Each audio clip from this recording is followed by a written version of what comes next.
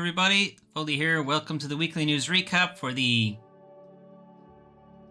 24th of February to the 2nd of March 2025. Forgot what fucking day it was. Right. Anyway, so this week there were actually quite a few game showcases and announcements and stuff like that. So the first one we're going to take a look at is the Annapurna Interactive Showcase. So this is Annapurna coming back from essentially a mass exodus of a lot of their employees, a lot of their people who had worked there for a very long time because of shenanigans. You can look back a couple of streams ago, we talked about it, but essentially Annapurna's CEO, Annapurna Interactive CEO, parachuted in a friend to take over the video game side of things rather than promoting from within, and essentially the team didn't want to work with that friend. They wanted to work with the guy who has been running the place up until then. So a lot of them left and have now formed their own publishing team with a lot of the private division people as well. But anyway, so first up, Annapurna, we have Wheel World, previously known as Ghost World, back in 2023. It now has a tentative release date of summer of this year. If you are checking it out on Steam Next Fest, there is a demo for it available at the moment as well. It's a pretty cool, pretty chill cycling thing, essentially. It's got a little bit of like the supernatural to it as well, as you can obviously tell. There's a ghost skull on the front of your bike. It is mostly racing, but like there's a little bit of just chilling, just driving your bike around a nice landscape kind of thing. And you can swap out your bike. I don't think the bike parts make a difference to like its performance or anything like that. I think it's just a case of cosmetics more than anything else. Anyway, that's Wheel World, previously Ghost World. It says early 2025 there, but it is essentially summer at some stage. Coming to pretty much everything except the Switch, although maybe the Switch 2, we don't know, 'cause Nintendo's not talking about it. Wanderstop. This was mostly a case of just reminding people that it exists and it's going to be out soon. So it's out the end of March, I think. Wanderstop, we saw a while ago. This is from the same writer behind Stanley Parable and Beginner's Guide, I think. Same person.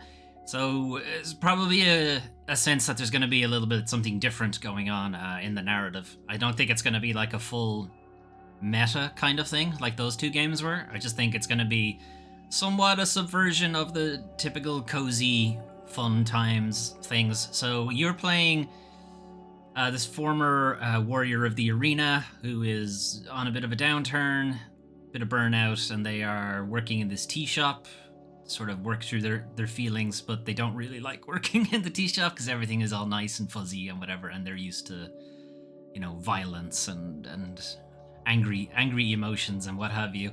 Anyway, Wanderstop again is also in Steam Next Fest, has a demo available, out some stage in March. I think it's the end of March. Nope, middle of March, 11th of March. Okay, Skin Deep. Skin Deep's a new game. I forget who the developer is specifically, but the idea with Skin Deep, so this is from the people behind Flotilla, the VR game. This is not a VR game, this is a first-person shooter. But this is a kind of an immersive sim that is very kind of slapstick and a bit silly. The idea is you are the corporate insurance package for this particular ship, the insurance package being you're just a very violent person who's going to kill everybody on board. It's kind of a stealth game, immersive sim, Dishonored type kind of thing. But very kind of funny, very kind of cartoonish. It has a sneezing system that if you're in the vent for too long, you'll eventually build up enough dust or whatever that you'll sneeze and give away your location, which is very dumb, but also very funny. You've got banana peel to get these guys to fall over and stuff like that. You are, I think, rescuing a bunch of cats on board. Cats that can talk. It seems you are immune to the vacuum of space, which is kind of an interesting one, but okay. Pull yourself back in, take out this guy, see ya. It's a very silly game. The end search thing there, like you can't hear the audio, but they're basically saying like, oh, everything's fine here, and then like that actually works. It doesn't take it so seriously in any way. So it's very funny. Enemies do respawn if you don't get rid of their head, so you have to like flush it down the toilet. Like again, it's very dumb and a very silly kind of game. Anyway, that's Skin Deep. It is coming to PC in April, end of April, I think, and there is a demo again. Steam Next Fest, part of it, 30th of April. So yeah, the end of April. Cocoon, or the team behind Cocoon, they didn't have much to show off. Geometric Interactive, they were more just talking that Cocoon itself is getting a collector's edition coming pretty soon, be like a physical release. There's a vinyl soundtrack on the way as well. There is a new project even, a new game, and is being published by Annapurna. So Geometric Interactive would be like the first developer to re-up with Annapurna since the mass exodus. A lot of these games what we're looking at here, their contracts would have already been in process. They're just sort of seeing them out here. So we'll see what happens with them. Lush Foil Photography Sim is like a free roaming photography game. It's difficult to really call it a game in the first place. Anyway, this is scheduled for 15th of April. And it's taking you to a lot of just really, really nice looking locations. Actual real life locations. Like, I've been there. Pretty cool. There were way more people there when I was there, but I've been there. So yeah, really nice locations. You're just there to take photographs or just walk around and enjoy the scenery, really. It would be a fucking perfect VR game, honestly. Because you're not doing much, right? So the fidelity you could kind of ramp up because you're not really required to be doing a whole lot. Again, calling it a game is maybe a bit of a misnomer. Anyway, Lush Foil Photography Sim. They showed off about... Yeah, so 9 areas, but there's probably a few more. April 15th, coming to everything except the Switch, except maybe the Switch 2, for, again, obvious reasons. Far Away, I think we saw Far Away the last, like, Nintendo indie thing. So Far Away is like a one-button game where you are this kind of shooting star that's traveling around the cosmos, and you're using like your one button to essentially like draw constellations, and the more kind of stars you can add to your constellation, the bigger multiplier you get and stuff like that. I think some of it is literally draw this constellation as a puzzle, try to do it all in one go, without like you know that thing where they're like draw this house without lifting your pen off the page kind of thing. It's like that. Only star constellations, but there is like a freeform mode, which is this bit here, where you just collect stars along the way, get big multipliers and what have you. I don't think you're trying to draw any particular constellation. But you are using like your one button thing is like gravity, essentially, just pulling yourself towards these stars as you go past them. I don't know, it could be an interesting puzzle mechanic. I don't know about the free roaming kind of multiplier element to it. That doesn't appeal to me massively, but the kind of puzzle element of draw a constellation with one line is interesting. Anyway, not sure if that has a release date. Yeah, it doesn't have a release date yet, but it is scheduled for PC at some stage this year. To a T, again, we saw at one of the Nintendo Direct things, I think. This is essentially the story of Teen, who is a teen, stuck in T-pose. This is from the developer behind Katamari Damacy, Keita Takahashi, who've made a lot of other really weird fucking games. 28th of May for this one. This trailer doesn't go into it too much. I think the original trailer kind of gave the story element or the gameplay element of it a little bit more. But the idea is your character, whoever they are, I think you can design them however you want, their custom character. The only thing is they can't bend their arms, right? They're stuck in T-pose. And you're basically going through their day or going through their, regular routine and seeing how they have to adapt to those kind of things. Like, how do they get dressed? How do they brush their teeth? How do they write down things? How do they pet a dog? All of this sort of stuff. I believe the developer is also partnering with Able Gamers for this game as well. I think they're helping with publishing, so it's also giving you a kind of insight into how, differently abled people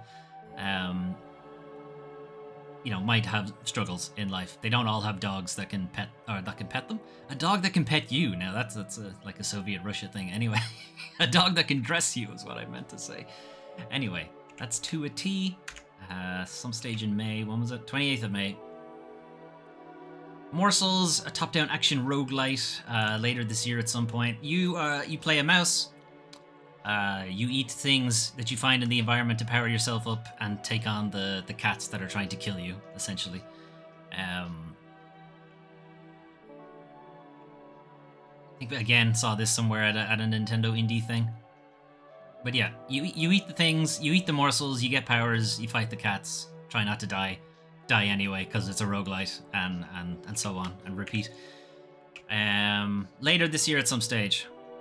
And then the last thing is Sayonara Wild Hearts is now on PS5, is the headline. It's already on PS5? It's technically it's on PS4, I suppose, and you can play it on PS5.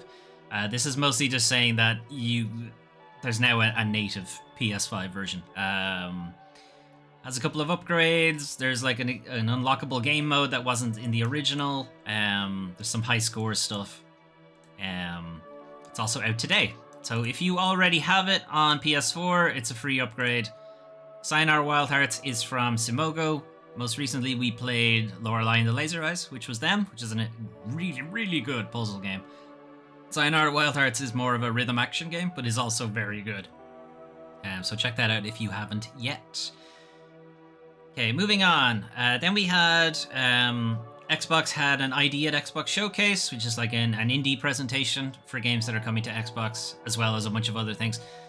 So this is Ratatan. This is meant to be a spiritual successor to Patapon, which was a PlayStation exclusive. Patapon is a kind of rhythm action game and also a tactics game at the same time. And then Ratatan is from the same development team, not backed by Sony this time. They're doing this all indie, but it is effectively Patapon 4, if you like. Like, it is very much the same kind of game. You have your bunch of minions, your ratatas, who knows what they're called in this game yet. They all have different abilities, and depending on the song that you are playing, the song that you are singing, they will do different things. So they might attack, they might rally back behind you, they might heal themselves, they might defend, and you need to keep to the beat of the song. Which is pretty cool. I'm going to skip ahead to a boss fight. You might have a little bit of an idea. So you can see at the bottom, the rhythm action stuff. You got to hit everything on the bar. You press the button, what you want them to do. If you press all the same button, I think they just come towards you. If you press like all attacks, they'll try to attack and so on. And I think you can mix and match, so like some of them do one thing and some of them do something else. But yeah, that's Ratatan. That's still quite a ways off, but I think this is the first bit of gameplay of it we've actually seen, and it very much is Patapon again, which is not a bad thing. Moving on, then we had Hotel Barcelona. This is from the team up between Suda51 and Swery, two big Japanese creatives who typically make really weird things. So now they're making one really weird thing, but doing it together. So Hotel Barcelona, the idea is you are playing an FBI agent who has a alternative personality as a serial killer. And you've been invited, or you're investigating, not sure, at this hotel where a bunch of other serial killers have all gathered, and you're gonna try to kill all of them, essentially. And that's Hotel Barcelona, more or less, in a nutshell. I think it's meant to be a roguelike kind of game, but it's also very much a Metroidvania type thing as well. I skipped ahead too far. Anyway, this is the first kind of little bit of gameplay we've seen of the game. We have seen a little bit more earlier, but it was kind of in quick flashes. This is seeing a little bit more of it this time around. I think this is the first time we're seeing this key art as well, which is really gorgeous. Anyway, that's Hotel Barcelona, coming some stage this year. Herdling, again, this is a little bit more gameplay for Herdling. I believe this is from the same team behind the Far games. What is it? Chasing Tides, Rising Tides, something like that. Far something, Lonesome Sails, something like that. Anyway, Herdlings is the next game from them. This is the first time we've seen Herdlings gameplay where it shows like urban environments, because up until now it had all been kind of forests and meadows and that kind of thing, but now we're seeing like signs of human civilization. The idea, I believe, behind herdlings is that you need to get your herd from point A to point B effectively and try to keep all of them alive along the way. There'll be various, what do you call it, puzzles, I suppose, along the way, and that you saw there, trying to get them out, getting stuck in the mud and trying to push rocks out of the way and that kind of thing. Eagles trying to pick up your guys and fly away with them, all that sort of stuff. It does remind me a little bit of Endling. I think it's called Endling. It's like the wolf game where it was you and all your wolf cubs and you were going extinct or something, so you were trying to get them from one point to another point, and it was possible for you to lose puppies along the way. I don't want to play that. I don't want to lose any puppies. Okay, anyway. Tanuki Pond Summer. This is from... I forget what their first game was, but I believe it's very different to... Yeah, I don't remember. It's very different to this game anyway. Tanuki Pond Summer is kind of a slice of life kind of thing. So Tanuki Pond is trying to keep the Tanuki Shrine all nice and clean and what have you, and they need money to do that. So in order to get some money, they're getting a job. They're going to play a postal delivery Tanuki. But while they're doing that, they can do some shenanigans along the way to maybe make a little bit more money. Just 100 hand slap that guy right in the balls. Okay. As you can see, it's a bit of like a fun kind of sandbox type thing, but more bicycles. Is it the year of bicycles for indies now? I don't know. I've only seen 2 games that use them, but that's enough, right? Anyway, Tanuki Pond Summer, I think, has a release date now? No release date yet, but it is going to be on. Game Pass. Okay, and the last thing we're going to take a look at is Tron Catalyst. So this is the next thing from Bithell Games. So previously they had Tron Legacy. No, that's the film. What was the game called? I don't remember. Anyway, this is an isometric hack and slash kind of thing, but is also a bit of a roguelike. So you're stuck in a loop. It keeps glitching or whatever, and you're trying to break that loop. And that every time it kind of restarts itself every time you die, you know, that kind of thing. So it is kind of a roguelike type thing. What I am interested in is, well, one, the combat, because I'm always kind of interested in combat systems, but I do see that your disc, you know, if you're familiar with the Tron series, the kind of discus thing, it does bounce off walls. And it does seem like you can control the curvature of your throws and stuff like that as well. So I do think that will be a really interesting game mechanic. I just want to see how it plays out for them. So June 17th for Tron Catalyst. Okay, outside a couple of other showcases, there was also IGN's Fan Fest ongoing at the same time as Steam Next Fest. So I'm just going to pick out a couple of games that were shown off. There were way more games than this, but we can't go through all of them because it took IGN like 4 days to go through all of them. I can't do that. All right, so I'm just going to pick out a few. So this is La Chimera, or I'm not sure how they want to pronounce it. Anyway, this is a new first-person shooter from Studio Reburn. Reburn are formerly... I'm not sure if it's still 4A Games or if they're just formerly 4A Games. And they've opened a new studio. I'm not sure, but they're 4A Games Ukraine, and then either renaming themselves Reburn or it's a new studio. But anyway, this is a new first-person shooter from them. Looks really interesting. It's obviously very like high-fidelity stuff they're going for here as well. But the kind of combat and mechanics reminds me a little bit of... There's a little bit of Killzone, and there's a little bit of Syndicate going on as well. Kind of interestingly, the game is about an invasion, somewhat. Which is maybe potentially a little on the nose for Ukraine developers, who knows? Anyway, clearly you are some kind of super soldier. You're just like ripping drones apart there and, you know, moving at incredible speeds, and you have control of your own drones and that kind of thing. Yeah, it looks pretty cool. I believe right now it's PC only. No release dates or anything like that. This is really more of a, hey, this is what we're working on kind of deal. La Chimera. I think it's meant to be like Chimera. I think that's what they're going for. Anyway, I think it's PC only for now. available for wishlist thing, but there's no release date or anything, no release window, anything like that. Moving on, Blades of Fire. So Blades of Fire is the next thing from Mercury Steam. You might know Mercury Steam best for Metroid Dread. When they partnered with Nintendo for that, but Mercury Steam are technically an independent studio, so they're partnering with 505 Games for this one, Blades of Fire. Before Mercury Steam made Metroid Dread, they made the Castlevania Lords of Shadow games. So they're kind of going back a little bit to that sort of gameplay. Now, it is still very kind of close in. Lords of Shadow was really kind of a God of War clone, the old God of War, and now they're going for a new God of War clone instead. That seems to be the way we're going with it. We have seen lots of different weapons available to you. You are playing a blacksmith and also a warrior at the same time. It seems that you're able to bring some of those powers into combat, but at the same time you are able to make your own weapons. How that works into the game, is it just a story thing? Or are you actually able to like craft your own bespoke weaponry? That's not especially clear just yet. But yeah, it looks pretty cool. It does very much seem like it's a God of War clone, but that's not a problem. Lords of Shadow is fine, and that was also a God of War clone. I think it works out for them. Don't think there's anything about release dates or anything right now. No. Out at some point.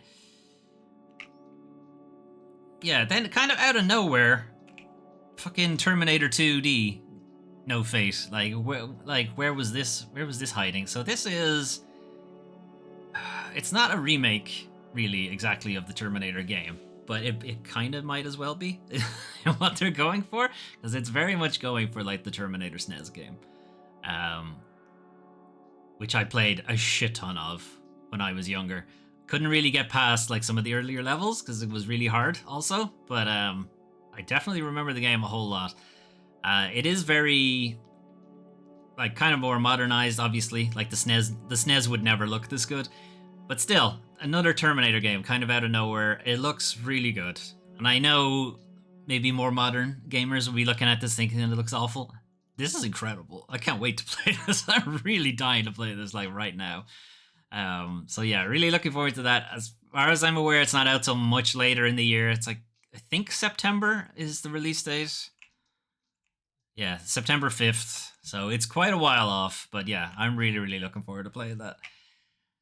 Okay, we got a couple of other release dates for games we kind of already knew about. So first up is Heartworm, which is another kind of PS1 lo-fi Silent Hill throwback kind of thing.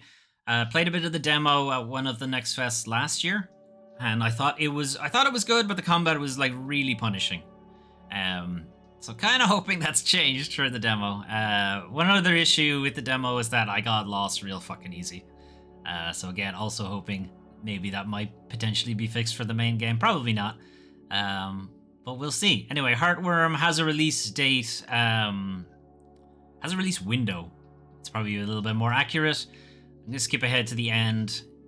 Spring, which could be any day now, I guess. You would figure if it's any day now, it would have happened already. Anyway. Also, Post-Trauma. So Post-Trauma it's been delayed a good few times now. But it now finally has a proper release date. It's going to be the 31st of March. Post-Trauma, rather than them being a lo-fi PS1 throwback to survival horror, it's really very much a modern take on the survival horror stuff. So we're still going for the fixed camera angles of old, ridiculous puzzles and stuff like that. We're not going for the over-the-shoulder stuff that most, I keep saying like most survival horrors, it's really just Resident Evil. So yeah, I've been looking forward to this since I saw the first announcement about it, and I've been kind of disappointed every time I've heard it's been delayed, so hopefully it really does make its release date this time around. So 31st of March, soon enough, end of this month.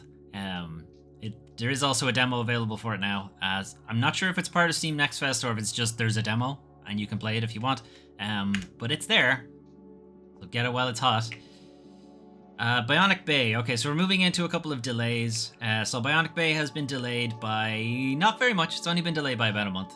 So as you can see, Bionic Bay is a side-scrolling puzzle platformer type thing. So think a little bit Limbo, but with like actual game mechanics, I suppose. Not that Limbo didn't have game mechanics. This one is just leaning into a little bit more of that kind of stuff. So it's got like a slowdown, it's got a teleportation thing, and I think you can like warp gravity in such a way that you can like turn the level. Yeah, there it is. You can turn the level around or rotate the level or something like that. There's a lot of really fun gimmicks in there that I think will make for a really interesting like platforming scenario. Also appears that there's no fall damage, which is good. Anyway, so that's been delayed. It was meant to be out some stage in March, and now it's been pushed to April instead. I skipped too far ahead. Yeah, 17th of April now for Bionic Bay. Okay, again, continuing with the delays, Fable hasn't just been delayed a month, it's been delayed all the way out to next year. So Fable has been delayed until 2026, because according to Xbox, it needs more time. We're actually going to give Fable more time, and it's going to ship into 2026 now. While I know that's not maybe the news people want to hear, what I want to assure people of is that it's definitely worth the wait. I have unequivocal confidence in the Playground team. So reminder that Fable was this new Fable reboot was officially announced 2020, but has been rumored since like, I don't know, 2016, 2017, something like that. It's been a while. It's been a while in development. Has probably restarted a bunch of times, I would imagine, with all of that. The other thing to keep in mind of is also Playground Games, and this was kind of a little bit of a concern when it was announced the first time that they were the developer. Playground Games are mostly known for racing games, or Forza specifically, racing games, and they're being given like an action-adventure RPG kind of thing. A little bit concerning. There were like very small bits of gameplay showed off in this interview, but not a whole lot. I'm not really arsed bringing up the trailer for it.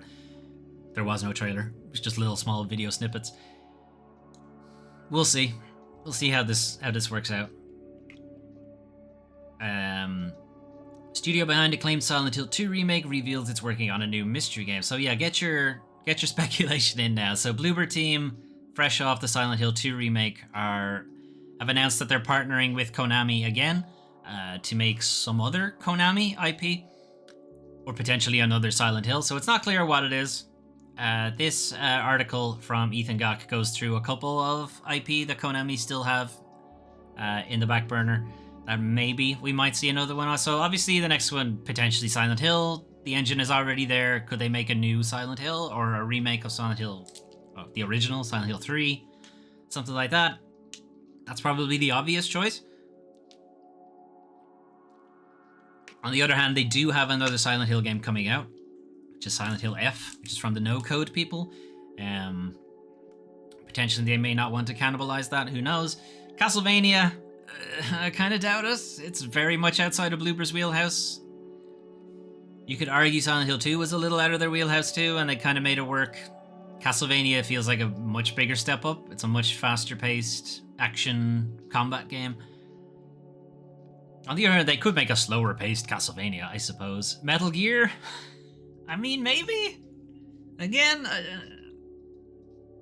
see, I was worried about Bloober having Silent Hill 2. The thing was, Silent Hill 2 remake, the story was kind of already done. You know, they just had to adapt it. They didn't have to come up with their own stuff. If they were going to make a new Metal Gear, they'd have to lead off the craziness of Kojima's stuff. I really don't think Bloober Team are the best choice for that. Contra is kind of just going into the same wheelhouse as Castlevania. It's way outside of there. Way outside of Bloober's wheelhouse. Bomberman, I guess. Suikoden and Vandal Hearts are some pretty crazy choices to put in there. I don't know. Anyway, get your own speculation in. I'm thinking it's just they're probably just going to do another Silent Hill. That's my choice.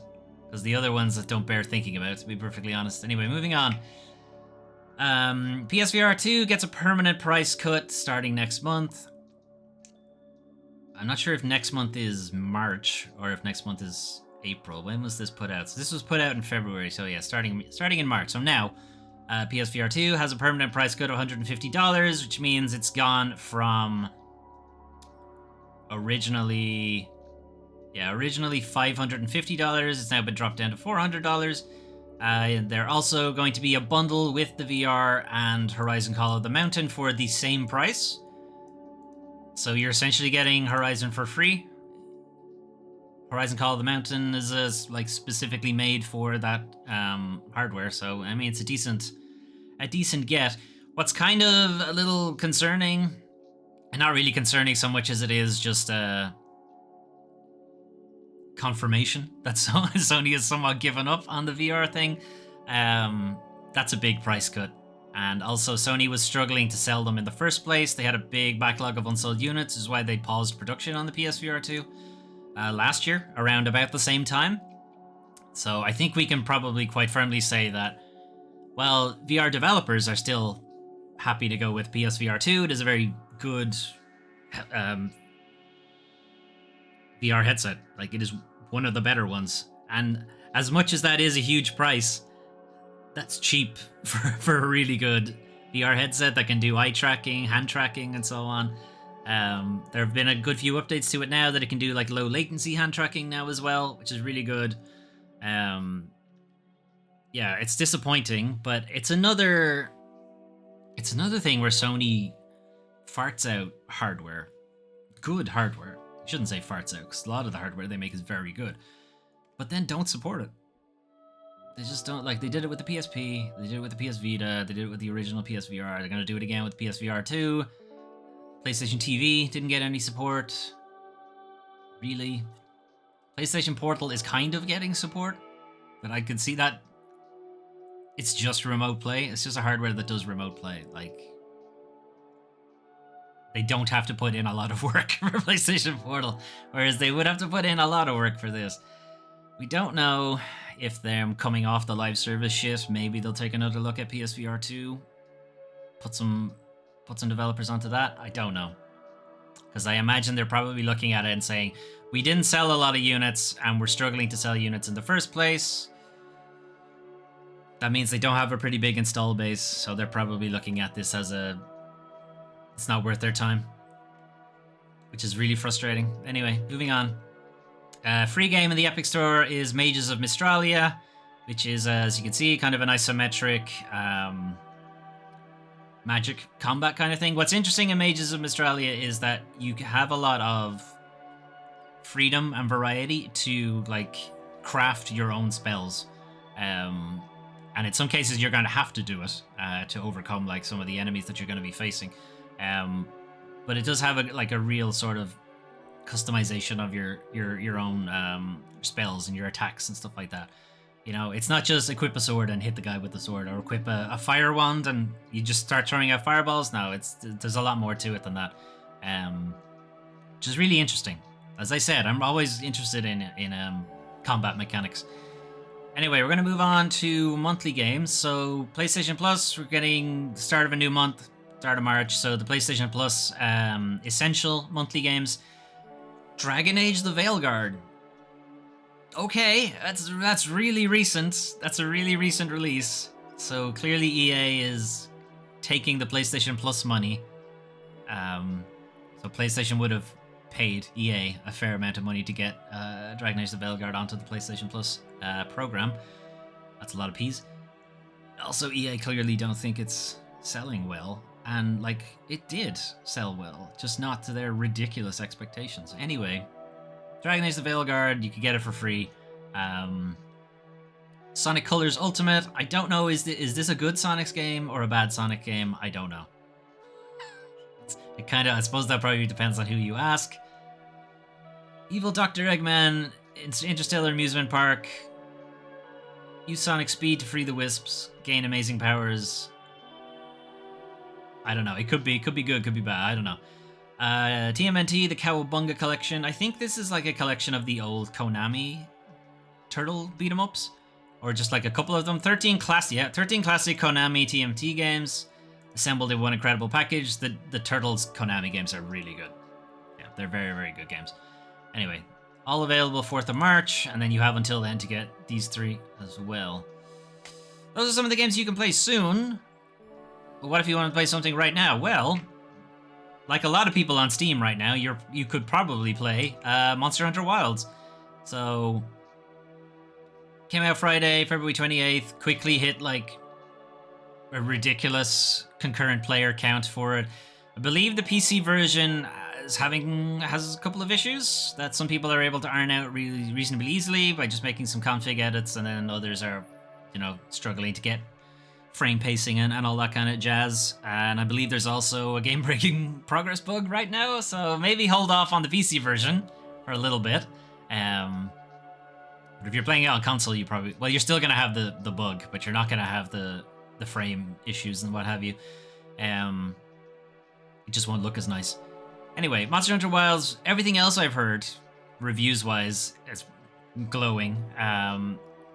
There's been some concerns that it's been a little overly streamlined, but that's kind of something Monster Hunter needs, because it is a very dense game. Like, we're talking about mechanics that have been applied to the game series since PS2 era, effectively, for Monster Hunter. It was already a complicated game when it came out, and it's now even more and more and more. So getting any kind of streamlining is probably for the best. But yeah, reviews-wise, it seems to be doing well, other than some of the kind of PC shenanigans that tend to happen with new PC launches. Anyway, that's Monster Hunter Wilds. Then we have 2 Point Museum. Technically, they're doing the early access bullshit thing, so technically its release date isn't until next week, but really, its release date is now. Just paying to play the game when it comes out. Anyway, 2 Point Museum continues the kind of tycoon shenanigans of the 2 Point Hospital and 2 Point Campus sort of thing. The theme hospital thing as well. Only now you own a museum. You send explorers out to kind of find like different pieces that you can display in the museum. So you can send like archaeologists out to dig up more bones. You can send astronauts out somehow to find things out in space, and so on and so forth. It's the 2 Point guys. There's going to be some kind of comedy shenanigans going on as well. There's a Brontosaurus with a unicorn horn. Anyway, again, from what I've seen from reviews, it's probably one of the better 2 Point games, but it still has a little bit of if you play it for too long, it's going to feel very samey, but if you break it up into like 2-hour chunks, probably won't feel as bad to you. I certainly felt that way with like 2 Point Hospital, that if you tried to play it for the whole day, you just get really bored. But if you played it like 2 hours a day instead, it's not as bad. Anyway, that's 2 Point Museum. And then last one, bit of a throwback game. Star of Providence has got a little bit of old school shmup shenanigans going on. It's got a little bit of like the Game Boy shmups. Looks pretty cool. I thought it looked interesting, so I could put it on the new releases thing. Believe it's PC only right now. Oh no, it's on Switch as well. Okay, so that's Star of Providence. Alright, unfortunately though, it is now time to talk about the worst part of video games. Video game industry. So we're going to start with something I'm not exactly shocked about, but I am a little bit surprised of. Is that Warner Bros. Cancels the Wonder Woman game. That part I'm not surprised about. But shuts down Shadow of Mordor Studio, which is Monolith Productions. That's the part I'm surprised about, because that's a really experienced developer that you've just done away with. That's really bad. Anyway. So there's a big like corporate spiel here from Bloomberg about why they wanted to do it, and we want to focus on our key franchises of Harry Potter, Mortal Kombat, DC, even though that's Wonder Woman, okay, and fucking Game of Thrones. They keep bringing up Game of Thrones. Is that a big franchise? There are Game of Thrones games, but they're not good. Like, they're okay at best, and at worst, they're like some awful shit. Like, I can't see how that's a key franchise for Warner Brothers over like fucking Looney Tunes or something. Like, these three make sense. Harry Potter, Mortal Kombat, DC, sure. I don't particularly like Harry Potter myself, but I'd agree it's a big franchise for them. Mortal Kombat consistently does well for them.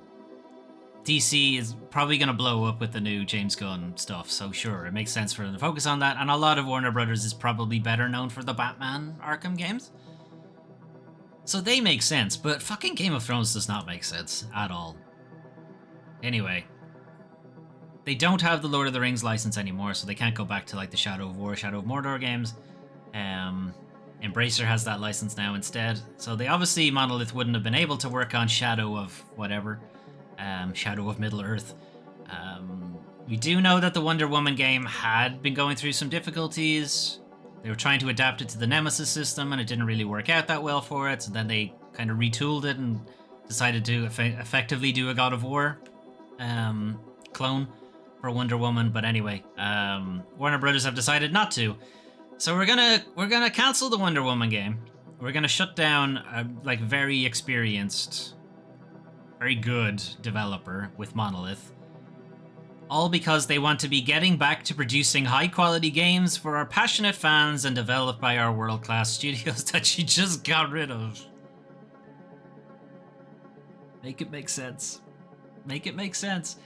Getting back to producing high-quality games.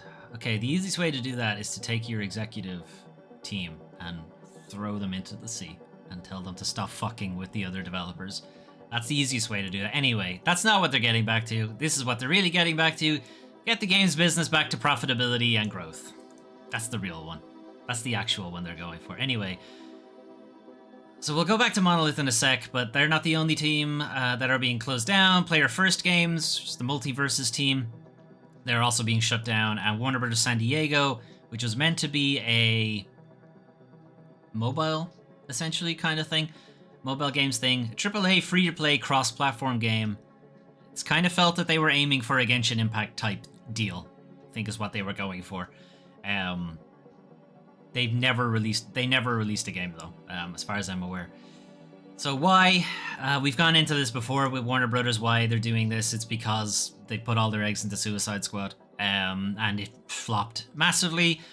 Harry Potter Quidditch champions struggle to find an audience. Can't imagine why. That's definitely why people like Harry Potter, for Quidditch. Not for the wizard shit. No. Quidditch, that's what they wanted. Anyway.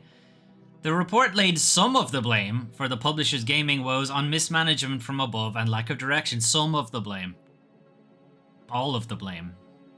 They're the people who make the decisions. They get paid the big money because they make those decisions, so they should take all of the blame. That's the way it's supposed to work. That's not how it actually works. It's the way it's supposed to work. Anyway, JB Perrette, who is head of global streaming and games, was talking to the executive team. I don't know why he's not talking to developers, but okay. Regain our credibility and swagger at producing great games. Blame the current financial difficulties on the product market fit and quality of too many of our new releases has really missed the mark. Can't imagine why that is. Can't imagine who's to blame for any of that part. Can't imagine who decided Rocksteady, best known for single-player focused games, should do a live service multiplayer bullshit thing. I can't imagine why that would happen. Anyway, we need to and will do better for our fans first and foremost. No, investors first and foremost is what they're going to do. And also because regaining that credibility is critical to us securing even more investment in games in the years to come.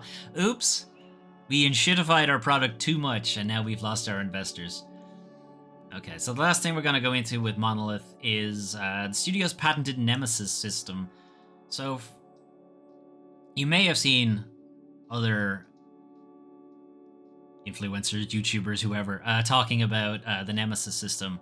It's been a while since Shadow of War. It's been like 8 years, I think, since Shadow of War came out. And then Shadow of Mordor would have pioneered the Nemesis system. But basically, you may not be familiar with it. So the Nemesis system essentially is a way to kind of have NPCs that you would interact with in the game sort of evolve over time with how you interact with them. So best way is just through explanation. So in the Shadow of Mordor, Shadow of War series, you would have these orcs that you would encounter, named orcs that you would encounter over time, and then every time you interact with them, how you interact with them would change how they would appear the next time. So if you kill them, and that's kind of the end of it. But if you were to, say, burn them at some point, and they manage to escape combat, when they come back next, they might have burn marks now because of the burning, or they might have a fear of fire now because of you attacked them with it, or they may have fire resistance now instead, or they might be ready for your fire attacks.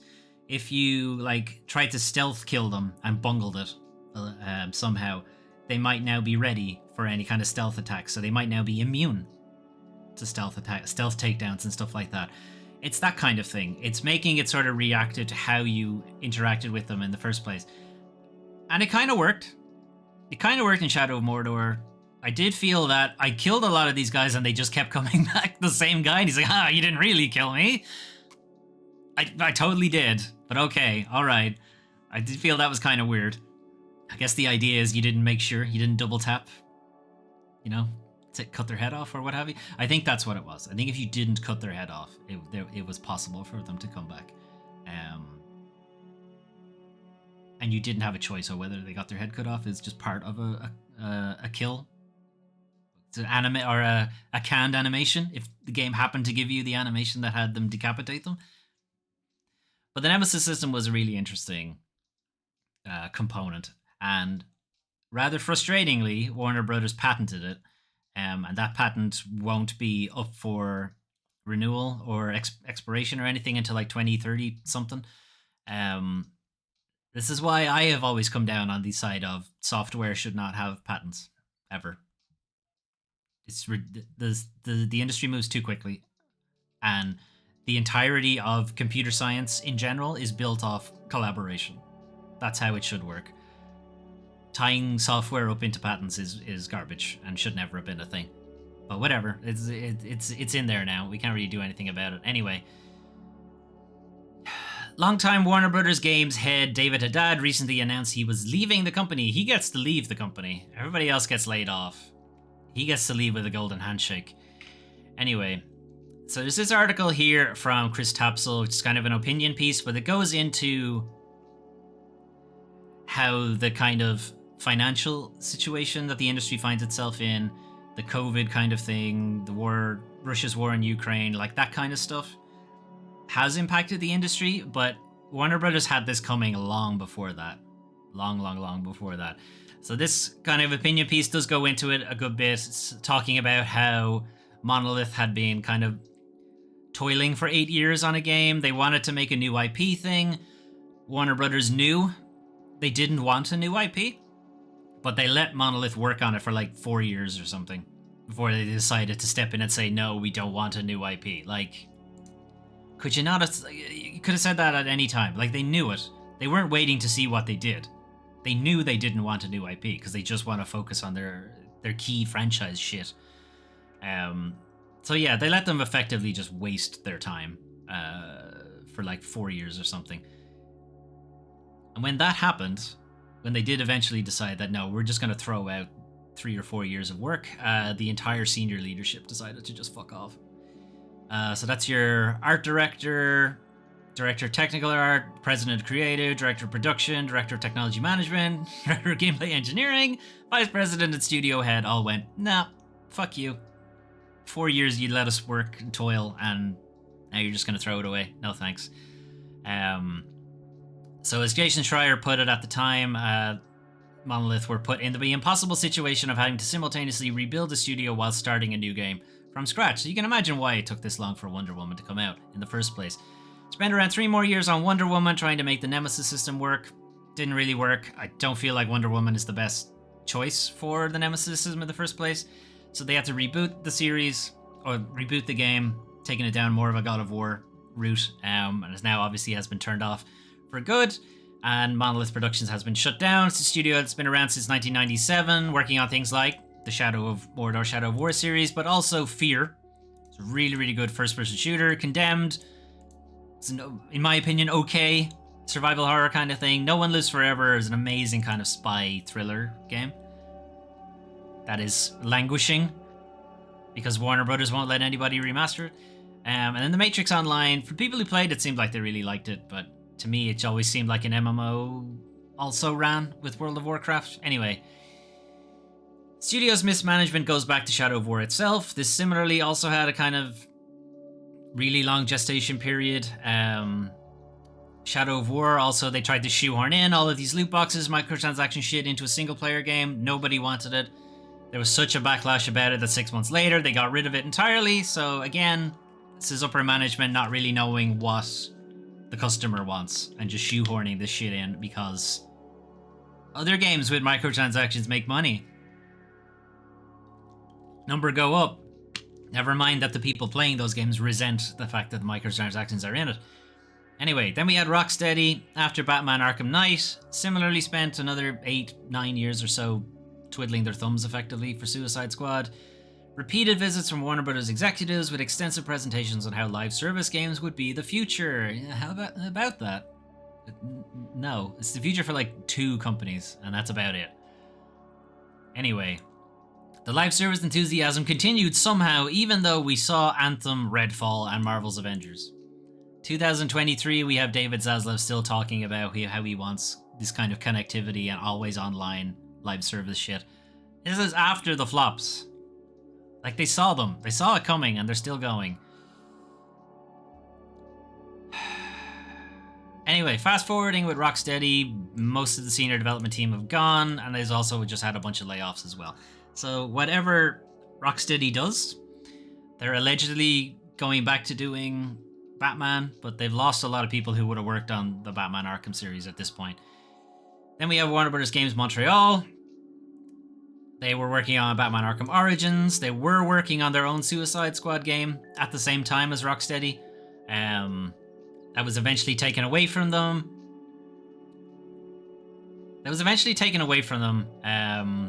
Given to Rocksteady effectively, and then Warner Bros. Games Montreal were put onto another Batman Arkham game, but didn't have Batman in it, which turned into Gotham Knights.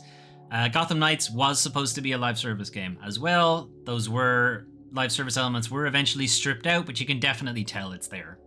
You can tell it's there with the weird kind of loose drops and the grindingness of it. They definitely intended it to be a live service game. Anyway, Gotham Knights, middling at best kind of game. And after that, he was drafted into work with Suicide Squad Kill the Justice League. So they haven't really been working on anything themselves either. And they got hit with the layoffs same time as Rocksteady. Player First Games launched as an independent studio in 2019, got the license for Warner Brothers Multiverses stuff, worked on that in 2023, 2024. Warner Brothers acquired them later on in 2024 and are now closing them February 2025. Good shit. As we were talking about, Warner Bros. San Diego were set up in 2019, meant to be free-to-play mobile games. Never launched a game. But Warner Bros. Had launched free-to-play mobile games, just for some reason didn't use Warner Bros. San Diego to do that. I don't know why. They got Lego Star Wars from Traveler's Tales. Harry Potter Magic Awaken was done by NetEase. Mortal Kombat Onslaught was done by NetherRealm. Like, why do you have Warner Bros. San Diego and you didn't do anything with them? That's, again, it's like the mismanagement. Like, set up in 2019 and never released a game. It's constant, just mismanagement. Anyway. So we can start with the kind of, the usual reasons for why this is happening. Short-termist disposing of institutional knowledge is a very bad idea. It costs more than it saves. Purpose of a game publisher is to facilitate entertainment, art, and joy, not shareholder profit. Again, I know, but we can say these things, but obviously it doesn't happen. Layoffs are, utterly cruel, etc., etc. It's the same refrain every time we see these studios being, hit with layoffs. It's a choice. They're making a choice to do these layoffs instead of helping the developers and maybe not making all the money. Maybe not just doing everything in service to number go up. Maybe just make a good game. Can't do that. Anyway, this is unsustainable for the industry undergoing unprecedented brain drain. So all these people getting laid off, finding that even if they move to another studio, even if they make a good game, they could still get laid off, as we saw with Marvel Rivals. These people have families. They have mortgages to pay. They have kids to raise, kids to put through school, and so on. They're living in a country with a high cost of living, the US, typically. But even then, a lot of where development is done in high cost of living countries. And if they don't have a stable job in this industry, the video game industry, they'll find a stable job in a different software industry. So you've lost the people who might have developed one of your favorite games. Might have been responsible for the feature in the game that you like. Has totally just worked on the thing. Did the animations for some character that you really like. Whatever it is. They're leaving. They're not gonna, they need stability in their job. They need to know they can keep paying their mortgage, keep paying their rent, keep paying for their kids, keep paying for whatever. Keep paying to live. Anyway, It's all decisions made by upper management who are not feeling the brunt of the blame. And they should be, because that's why they get paid. They get paid. The whole point of why you get paid that much is because you have that responsibility. And if things go wrong, you're the one who gets fucked over. Not the other way around. It shouldn't be the people who get paid the least having all of the responsibility for why things go wrong. Again, we can say this isn't how it actually works. We know that. Anyway, these decisions come from people whose job it is to make good decisions, and these decisions are bad, and yet they're not feeling the brunt of it. David Haddad gets to walk away from a fucking shit show at Warner Brothers for the last 10 years. Quite clearly, his tenure has led to the shuttering of a very good studio with Monolith. It's led to the massive gutting of Rocksteady. We lost a studio that made, multiverses. You acquired them, fucked about with their beta. It got released and then it got unreleased and then it got released again with microtransactions. It's like you made some terrible decisions and you get to walk away. Not only do you get to walk away, you get a glowing report. Thanked him profusely for his phenomenal work and vision, talent and passion, as well as commenting on thoughtfully and purposely choosing a time when our release schedule is lighter to leave. Why is the release schedule lighter? Is it because you fucked around with all of these developers? You've now cancelled Wonder Woman, so that's not coming out. Multiverses you shit can, so that doesn't have the 1 or 2 or 3 years that it could have had for its live service thing. You fucked up Suicide Squad's launch, so that's not hanging around for a very long time either. Like, you're the reason it's a light schedule. You're the reason so many of these studios are having to either lose people or be shut down entirely. Like, you're the reason for it. And phenomenal work, vision, talent, and passion. Fuck off. Like, we know that's just like LinkedIn brain shit, where everybody has to play nice and don't burn bridges and what have you, but, like, fuck off. There's not a peep in there, of course, about the utterly catastrophic mismanagement of massive intellectual properties. Middle-earth, they had the license, sold it. DC, how do you fuck up, like... you had the Batman games. All you have to do is make another one. Monolith guys had Shadow of Mordor and Shadow of War going. Despite their microtransactions grossness, people did like the game. All you had to do was make Shadow of Middle-earth. Just make the full thing instead. Get elves involved and something. I don't know. It was there. It was easy. Fucking Game of Thrones. I don't know why. I still don't get why they think that's a big IP, but whatever. It's the same kind of insipid, passive voice, buck passing, responsibility shirking, reputation laundering, LinkedIn chuntering nonsense that's everywhere in video games executive class today. It's a necessity of business, sure, but it shouldn't be. Again, this is more just, you get paid all of that money, you get stock options, you get all of that shit because your decisions are important. And if you make the wrong decisions, that should be reflected in your pay. That should be reflected in your position. David Haddad shouldn't get to walk away. He should be fired. It should go down in the report as he was fired. He was not allowed to walk away. He was held responsible for it. Anyway, I do encourage you to read all of that opinion piece. Anyway, the last thing we're going to say about Monolith is because GOG at least treat them properly. So Fear Platinum joins the GOG Preservation Program to properly recognize Monolith's contributions to gaming. So Fear Platinum was planned to be added to GOG at some point, but GOG have now consciously brought that forward because of what's happened to Monolith. So the team at GOG stated it was initially planning on bringing Fear Platinum. So Fear Platinum is essentially the original Fear game and then all of its expansions to the program at a later date, but due to the studio closure, it wanted to accelerate this release to properly recognize Monolith's contributions to gaming. So from GOG, at GOG, we believe in celebrating the creative minds that have shaped gaming history. Monolith Productions has given players some of the most unforgettable experiences, blending groundbreaking gameplay with rich storytelling. To honor their legacy, we're proud to announce that Fear will be joining the GOG Preservation Program, and sooner than planned, with other Monolith icons to join eventually as well. So the other Fear games, Condemned, No One Lives Forever, or not No One Lives Forever, what the fuck's it called again?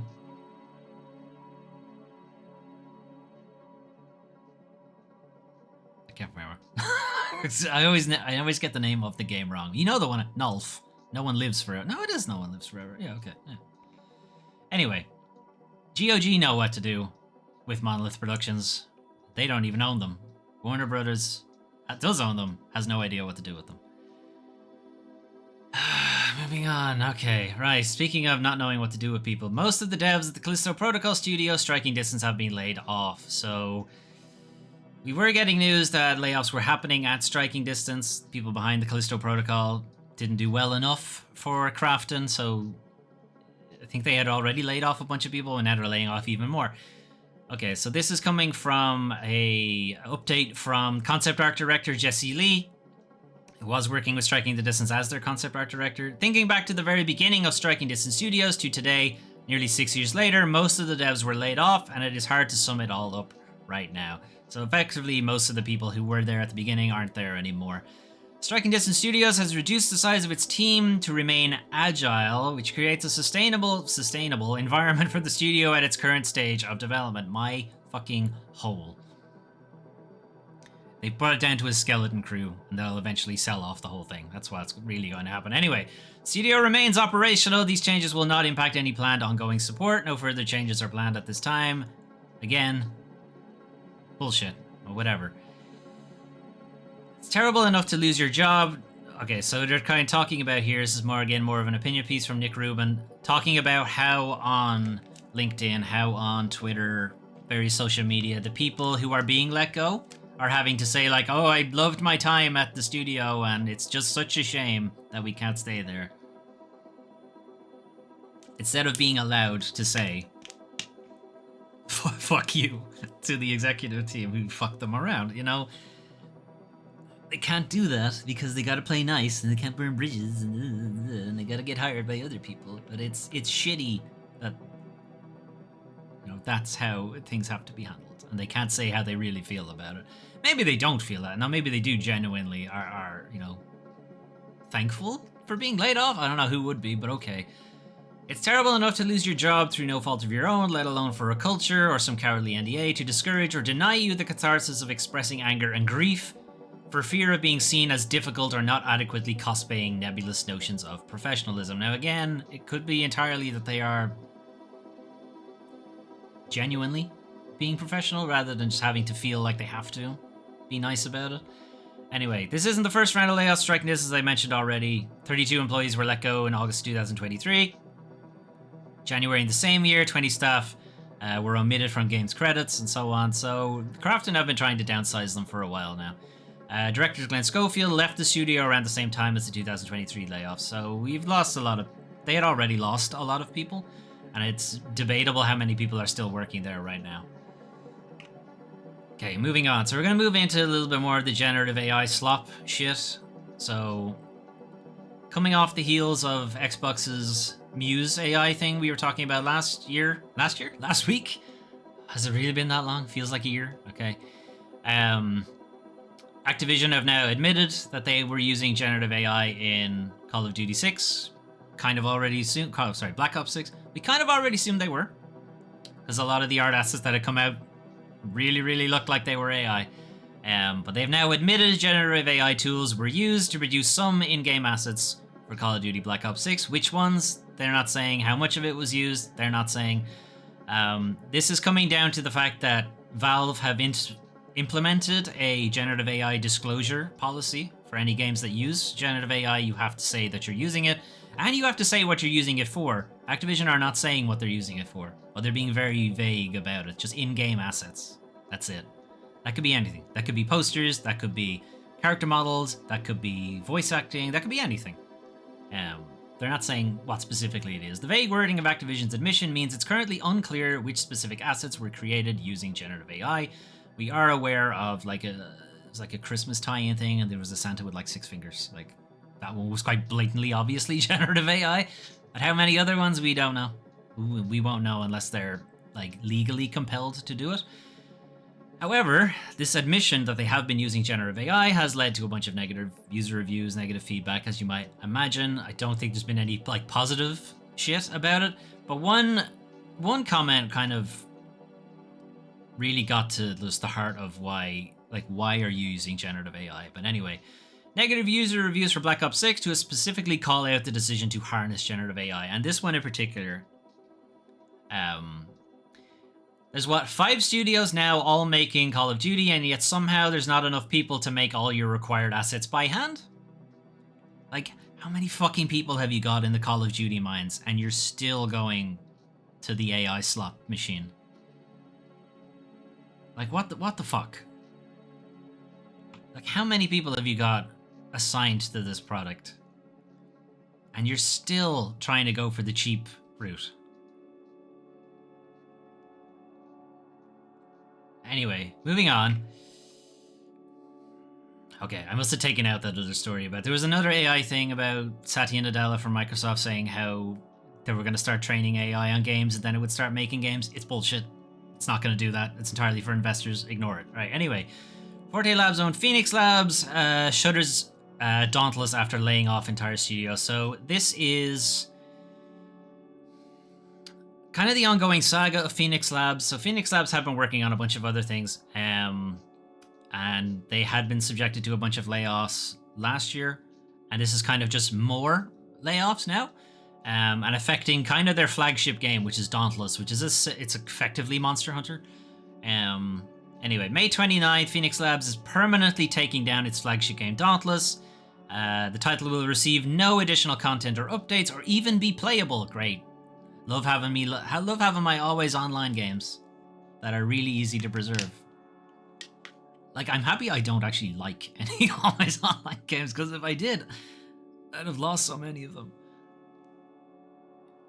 Well, I feel like I actually might have liked Dauntless if I had ever played it, because I like Monster Hunter. It's possible I might have enjoyed it. Anyway, in recent years, Phoenix Lab has conducted several waves of layoffs, including over 100 employees in May of last year. Weeks ago, the developer announced it had laid off a majority of its remaining staff, so it is kind of down to a skeleton crew, and at this point, it seems like they're getting rid of the skeletons too. So Dauntless would have been notable the day that it launched. It's like 6 million players. It was one of the first games to launch with crossplay between PC, Xbox, and PlayStation, so that's pretty good as well. But the real reason that Phoenix Labs is taking a downturn is because it was acquired by Forte Labs in 2023. And Forte Labs are a blockchain firm, so you can kind of see where this is going already. Blockchain, in general, doesn't exactly have the best reputation, mostly because it's kind of a scam. Kind of a big scam. Like, the technology has its uses, but the uses it's being put to are to scam people, really. Anyway, when it acquired them, it demanded that employees not reveal the news of the purchase. Why? That's a bit weird. Why wouldn't you want people to know that a blockchain company had bought them? Would it be because you might see a downturn in sales? Anyway, the other game the Phoenix Labs have ongoing is Fae Farm. Does not appear to be on the verge of shutting down, but again, Dauntless didn't appear to be on the verge of shutting down, so probably gonna see Fae Farm go as well. Alright. Okay, some actual good news for a change. EA has done something wonderful that every major publisher needs to copy. So the wonderful thing they've done is the first 4 Command & Conquer games have been added to open source. And not only have they been added to open source, they've been added to the GPL license, which effectively means you can do literally whatever the fuck you want with it. Which is amazing. A lot of times they get added to Creative Commons. Creative Commons is also pretty free, but you're not allowed to make any money off it. Like, you can't make a product out of Creative Commons stuff. Or if you're going to, you need to, like, make sure that you're attributing it to the people who actually made it, something like that. Like, there's some hurdles you need to jump through. But with GPL, there's like, no, just do whatever you want with them. So not only, like, are the games now effectively available for free, if you're able to compile the source code, you can just have the first 4 Command & Conquer games. It's important to point out that the first 4 Command & Conquer games are some of the best real-time strategy games. Like, the ones that are coming out now are very much standing on the shoulders of the Command & Conquer series, the first couple of them anyway. It's also kind of features a lot of actors, like, really hamming it up at the time that may not have been big names at the time, but certainly are now. And maybe they were big enough names then at the time. Like James Earl Jones. People who don't know, he's the voice of Darth Vader, he's the voice of Mufasa from Lion King. And also a good actor in other things as well. J.K. Simmons, it's kind of a big deal now. It's not really as big a deal at the time that the games came out, but J.K. Simmons is J. Jonah Jameson from Spider-Man, the really scary guy from the Whiplash, the drumming film Whiplash. George Takei off Star Trek, kind of a big name at the time as well. Tim Curry, fucking amazing role in Command & Conquer. He's the guy, the one place that hasn't been corrupted by capitalism. Spies! It's amazing, incredible. And Gina Carano's in it too. You talk about that part. Anyway, it's got a lot of people in it. The games themselves are really, really, really good. But now that they have the source code for it, it also allows developers to see how they made the game. Not just trying to figure it out, like reverse engineer, maybe this is how they did it. Now they can literally just read the code and go, that's how they did it. That's clever. Or wow, that's a ridiculous, disgusting hack you put in there to make that work.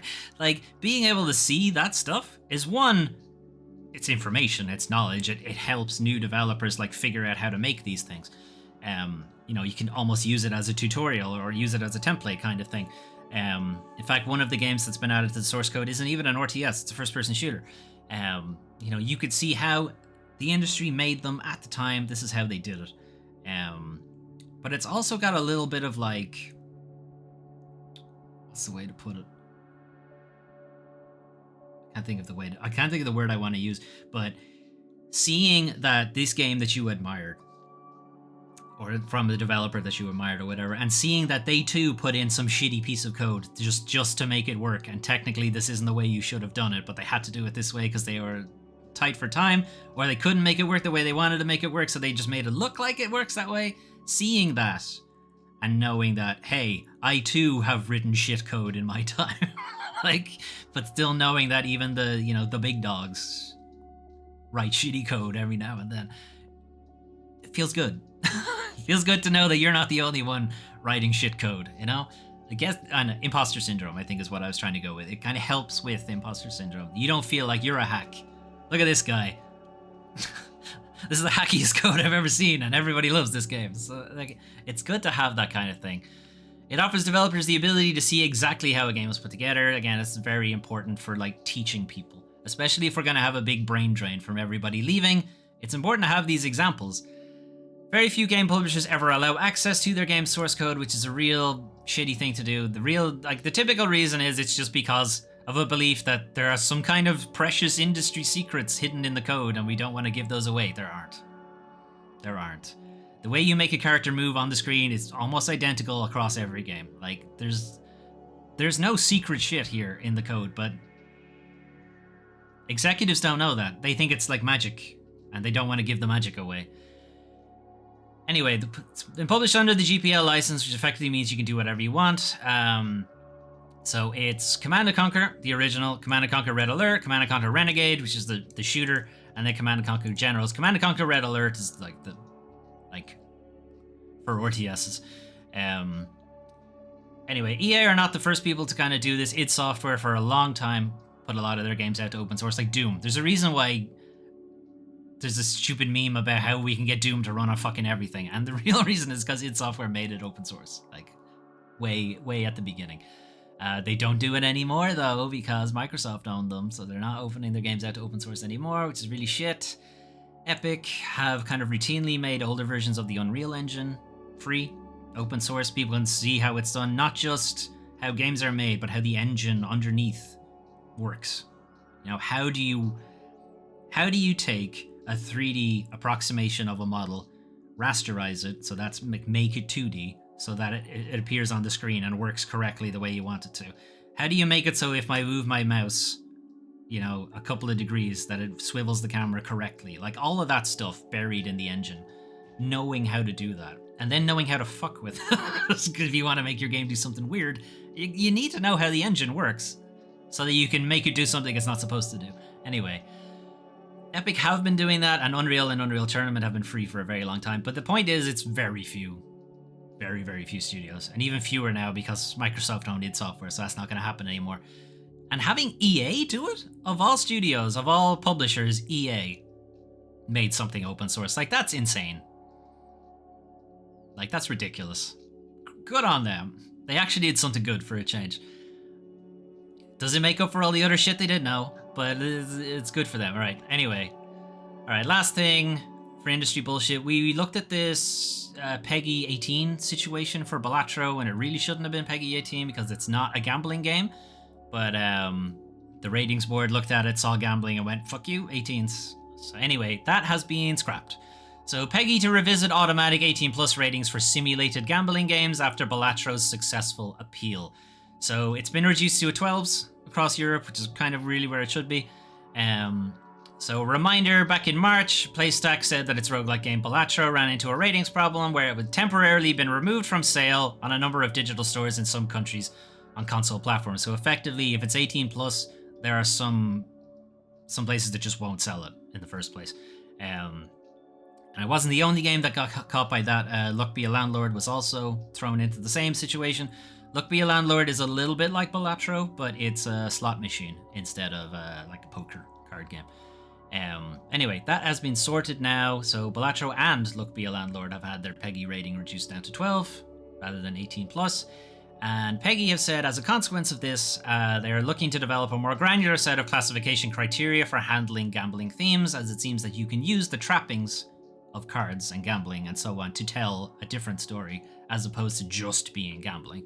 And that was kind of what they were going with. They were just going with the blanket, you're using cards in a I'm seeing money, it's gambling, we're not going to look into it any further. On the basis of these appeals, the Peggy Experts Group will develop a more granular set of classification criteria to handle gambling themes and the simulation, teaching, and glamorization of gambling in different age categories, which will now include 12, but also keep 18 as an age category for games that simulate gambling typically played in casinos and betting halls. So they're kind of trying to make the distinction that, yes, you're using the trappings and glamorization of gambling, but crucially, there is no gambling. That's the distinction. Like, if there is actual gambling, it's now 18 plus. Anyway, that's still developing. Likely we'll never see it actually implemented. Sorry. We'll see it implemented. We just won't have the knowledge that it has been implemented. Anyway. Alright, we're going to move on to see some silly things happening in the community. So, Palworld Studio is giving developers the day off to play Monster Hunter Wilds. Now, they didn't explicitly say it was the day off to play Monster Hunter Wilds, but that's kind of what they were going for. Employees have been suggesting in advance that they might be sick on Friday. I can't come in. Anyway, regarding February the 28th, we have received a series of mysterious reports from many employees that they may feel unwell tomorrow, so the company has decided to institute a special holiday. It's the tacit idea is that people are taking the day off to play Monster Hunter Wilds. I think it's like, one, it's funny, but in another way to look at it is that these are developers working on a video game, but it's important to also highlight that they also get hype for video games. They also want to play the cool game. They're not just sitting there thinking of ways, how can we make this game you like worse? That's not what they're doing. They want to make good games and they want to play good games. I think stories like this are important to kind of highlight that. Just as you might have taken the day off to play Monster Hunter Wilds, so do they. Alright, and the last thing, which is kind of talking about that side of the video game community, Tekken Boss responds to fan criticizing new Anna design in bid to curb toxicity. So Anna Williams, sister to Nina Williams, was added to Tekken 8 recently. She got a makeover. A lot of returning characters have had big makeovers, and some shithead came out of the Twitter woodwork to complain, as you do. I'm not going to go through what he's complaining about. He had nothing to really say about it. It just wasn't the old design. Anyway, but we go back to what Harada says, the creative behind Tekken. 98% of the fans are welcoming this. There will always be people like you. I understand and sympathize that it may not suit your personal taste, but if you prefer the old design, the past works already exist. I am not taking those away from you. Yeah, just go back and play the old games if that's what you want to do. There's a little bit here where, and I think he says this a lot, also you refer to yourself as Anna fans, as if you represent all Anna fans, but you should express your opinion as an individual. I will say that he also is saying 98% of the fans are welcoming. Citation needed. 98 seems very high, but anyway, he does have that refrain a lot, where he's talking about people saying that, oh, I'm representing all the old fans of Tekken. He's like, no, it's just you. It's just you being a shithead. Anyway, Then went on to talk about the impossibility of pleasing everybody, writing, "You threaten to quit if she isn't brought back. You complain the moment she is brought back. You demand that she be reverted after she has been completely redesigned from scratch, including her model and framework, and if she actually was reverted, you'd say, that's recycling." And to be fair, there was a criticism that Nina Williams effectively played the same. There's a criticism that King and Armor King effectively played the same. There's a criticism that Jack and Gunjack and Prototype Jack and so on. Tekken did have a clone issue for a long time. And I would absolutely prefer a brand new fights completely differently to every other character as opposed to a clone that keeps the same design just because historically she did. The reason they were clones is the memory constraints. That was why. So they could get another character in quickly. That's why they have clone characters in fighters. That's the real reason. Almost certainly at the beginning they would have wanted to give Anna a different design to her sister. Anyway, either way, he concludes, "Your method of expressing your opinion and all content of your argument are entirely unconstructive, utterly pointless, and above all disrespectful to the other Anna fans who are genuinely looking forward to her." Again, that's him kind of saying Anna fans in the same way this guy is saying Anna fans. That's why I don't like the way he brings that up. There's a distinction, and it's probably a valid one, but I don't know. Anyway. So talking about why does he bother responding to these shitheads and giving them a bit of a platform, I don't know. Is it more important to just ignore them? I don't know. Harada at least believes that no, you shouldn't ignore them and you should stamp it down whenever you see it, basically. "If I don't respond, they start spreading toxicity, saying things like, why won't they engage with the community? If you don't like something, you don't have to buy it, you don't have to comment, and you can simply just leave." I mean, I would agree with him on a lot of that kind of stuff, but still. Alright. We'll leave Monster Hunter to play in the background. Okay, so that is our news for 24th of February to the 2nd of March, 2025. A lot coming out from the IGN FanFest. I just gave you a small snippet of it. There was way, way more of it. So if you want to check that out yourselves. A lot of it's stuff we already knew, but there were a lot of new games announced. They may or may not be your cup of tea. That's kind of up for you to figure out. The Annapurna Showcase. Again, mostly games we knew about. Handful of kind of new stuff there. It still remains to be seen if Annapurna Interactive will stay as a publisher, because they have lost a lot. As I said, they've lost a lot of their people. It's not clear if they've replaced them. And then again, it's not clear if other studios are going to stay with Annapurna. So we still have to kind of wait and see on that. At least Geometric Interactive are planning to return. So the developer behind Cocoon are still hoping to stay with them. So that's something. ID at Xbox showed off some pretty good indie games. A lot of them are coming to Game Pass. So if you are a subscriber, you've got a lot of really cool indie games along the way. Updates outside of that, we have La Chimera. It's an interesting looking first-person shooter, and it does seem like it's a single-player, story-focused first-person shooter, which we haven't seen in a really long time. So looking forward to that. Blades of Fire from Mercury Steam seems a bit generic, but that's okay. We have room for AA generic games as well. We need to start making room in the industry for them, because it's really the only way it's gonna be able to weather the financial problems right now is making smaller games. You know, it is that meme of I want developers to make smaller games with that are like what is it, cost less or shittier graphics or something. I forget the meme exactly, but the whole deal is smaller games. They don't all need to be 400-hour epics, you know? I don't think anyone even wants to play 400-hour epics anymore. Like, make small games. Make small games again. Anyway, new releases, Monster Hunter Wilds. I keep saying I'm working my way through Monster Hunter World, and I'm not really, but I still want to. I still want to get through Monster Hunter World before I jump into Wilds. I'm still debating on whether I'll jump into Monster Hunter Rise as well beforehand. But Monster Hunter Wilds is going to be around for a long time. Capcom are really focused on this for the next while. Monster Hunter World was around for a really long time as well. Got a lot of content updates and roadmaps and what have you, so I don't have to jump into it anytime soon. But it is it's on the radar, shall we say.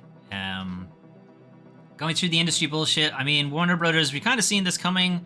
They don't really know what they're doing, haven't really known what they're doing for a long time, and it seems that they were really, really banking on Suicide Squad making a lot of money, and it didn't. So that seems to have fucked them over. But hey, you guys made that decision, and you're gonna give a golden handshake to the guy who did. Congratulations, you played yourself. Alright, anyway. Losing Monolith is shit. That's really shit. I don't think there's any other real way to say that. What else going on? Call of Duty's generative AI thing. I mean, they have so much money and they have so many people working on the game, and yet they're still stooping to the slop. Like, why? If there's any studio that can afford to pay people to do this shit, it's you. And you're the ones going for the generative AI shit. Like, it's so... not disappointing, because I absolutely expected it from Activision, but it's just so shit from what's supposed to be an industry leader. Anyway, that's your news. What's going on the channel? So, Steam Next Fest is right now still ongoing. There's 1 day left in it. I do have a couple of videos that should be going up next week. So I did eventually decide to just do off-stream pre-recorded videos for some of these games. I'm not getting to as many games as I wanted to. It's just some stuff came up during the week. I just haven't been able to put the time in. But we should have like 4 or 5 videos of some games. I focused mostly on games that either don't have a release date or their release is like a long way off, you know? Because there's a couple of games that are in the Next Fest that are out in like 2 weeks. I just felt like we'll just play it then instead.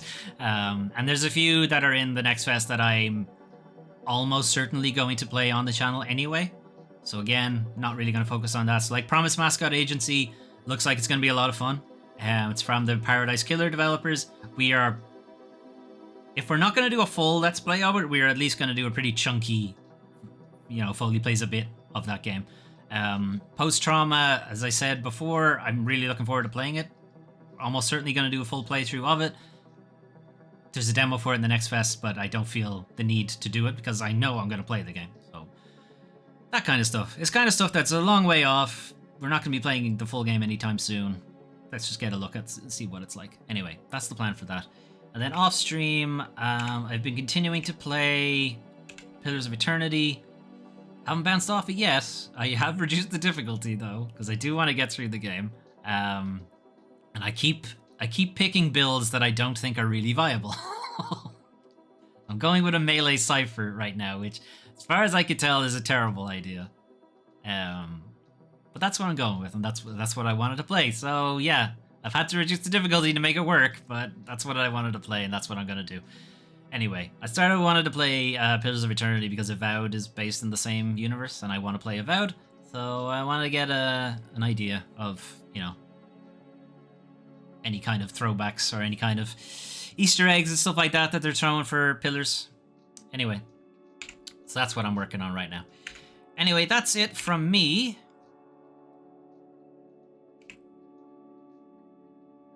I do have that looping already. Okay, cool. That's it from me for this week. So hopefully you'll see some videos from the Next Fest that I recorded next week. And then hopefully work and personal life will calm down a little bit and I can start doing some actual game streaming next week as well.